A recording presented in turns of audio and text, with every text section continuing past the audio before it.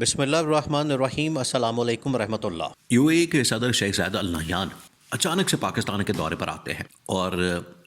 بڑا ہی time limited قسم کا دورہ کرتے ہیں۔ یہاں پر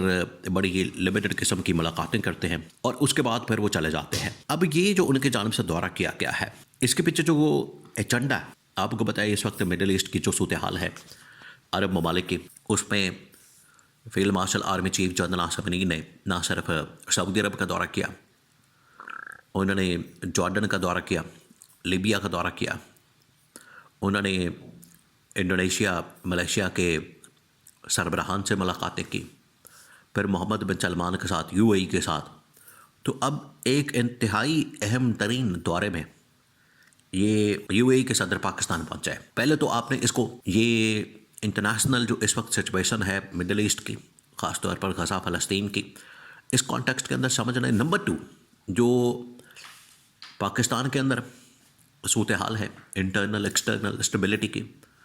اور عمران خان کا جو اوپینین ہے، عمران خان کا جو نظریہ اور اپروچ ہے اس سلسلے میں، جو کئی مرتبہ اظہار کر چکا ہے عمران خان، اور لوگوں کو پتہ ہے، پبلک کو پتہ ہے، عمران خان ان کے سامنے بات کر چکا ہے، جس کی وجہ سے محمد بن سلمان سمیت نہ صرف محمد بن سلمان بلکہ ترک صدر Tayyip Erdogan, Indonesia Malaysia, U A E, Qatar, Kuwait, باقی جتنے اسلامی ممالک ہیں وہ اس حوالے سے بات کرتے ہیں۔ ان کی جانب سے ہمیشہ بات کی جاتی ہے کہ عمران خان کا جو نقطہ نظر ہے وہ بڑا زبردست ہے۔ تو یو اے ای کے صدر نے بھی یہی بات کی۔ اب پہلے تو آپ نے اس کو کانٹیکسٹ کو سمجھنا ہے، جو دورہ کیا گیا وہ مڈل ایسٹ کے ریفرنس پہ، پھر جو عمران خان کے متعلق، پی ٹی آئی کے متعلق جو بات کی گئی۔ سب سے پہلی بات یہ کہ یہ جو دورہ کیا گیا ہے اس میں مڈل ایسٹ کے متعلق، غزہ اور فلسطین میں فوج بھیجنے کے متعلق، وہاں پر آرمی کو تعینات کرنے کے متعلق، جس میں لیڈنگ جو رول ہوگا، کردار ہوگا، وہ تو ہوگا پاکستان کا، اور اسی وجہ سے پاکستان کے اوپر سب سے زیادہ دباؤ موجود ہے۔ یہ آپ نے بات سمجھ نہیں اس بات کو، یہ بڑا اہم ترین نقطہ ہے کہ سب سے زیادہ دباؤ اگر اس وقت موجود ہے وہ پاکستان کے اوپر ہے، کیونکہ پاکستان کی آرمی بڑی زبردست ہے، اور اس نے جس طریقے سے انڈیا کو یہ 2025 کے مڈ میں شکست دی، ان کو ہرایا، انہیں جس طریقے سے مارا، اس کی وجہ سے پاکستان کی آرمی پوری دنیا کے اندر پاپولر ہوگی، اور اس کا جنرل،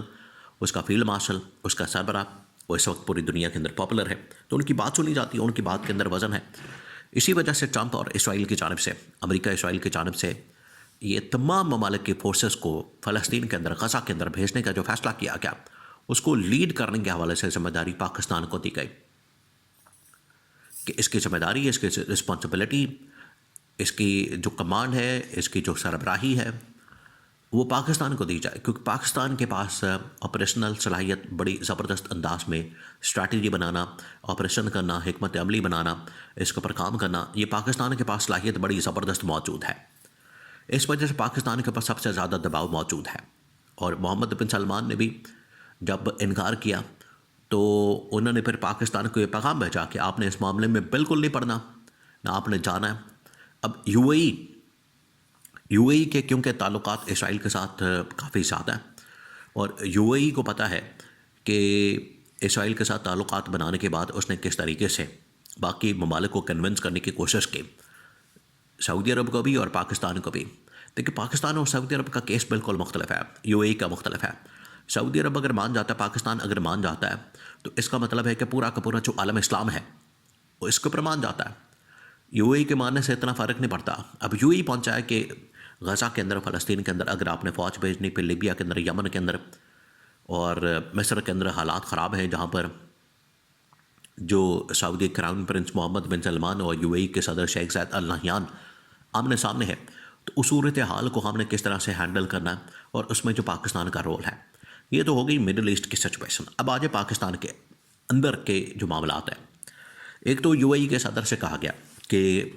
آپ یہ جو ہمارے پاس آپ نے $2 ارب پاکستان کے اسٹیٹ بینک کے اندر یا پاکستان کے خزانے کے اندر رکھا ہے۔ آج پاکستان کے خزانے کی حالت یہ ہے کہ پاکستان کی اکانومی جو ہے وہ ادھار کے پیسے پر چل رہی ہے۔ ان کے پاس جتنا پیسہ ہے، ان کے خزانے کے اندر جتنا مال ہے، وہ سارا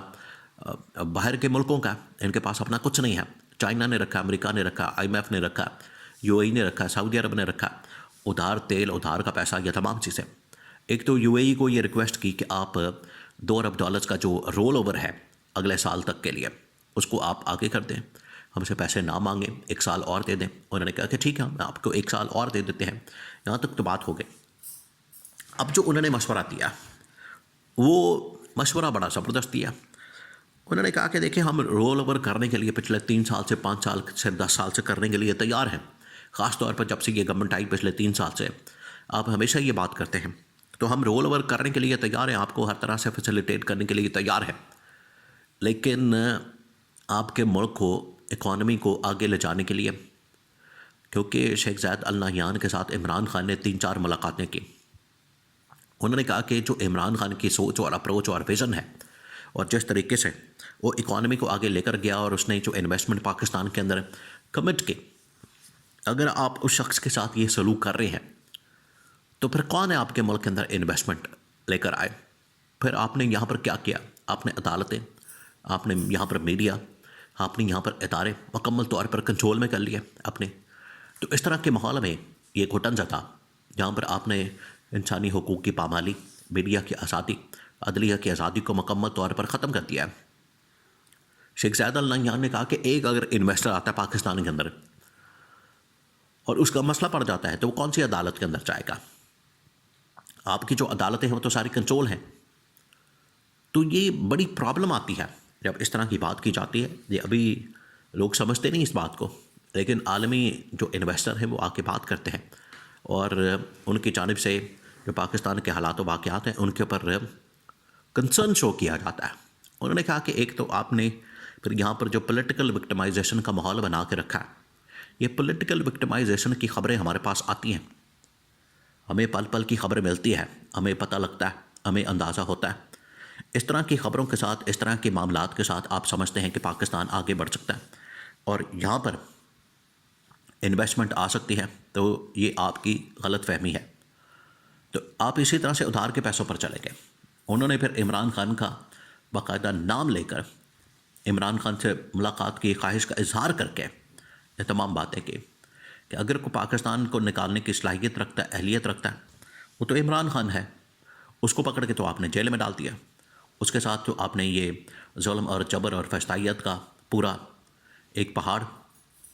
اس کے اوپر بھی، پارٹی کے اوپر بھی، اس کی لیڈرشپ کے اوپر بھی، اس کے کارکن ورکر سپورٹرز کے اوپر بھی۔ انہوں نے کہا پھر اس طرح سے اگر آپ جمہوریت اپنے آپ کو کہتے ہیں،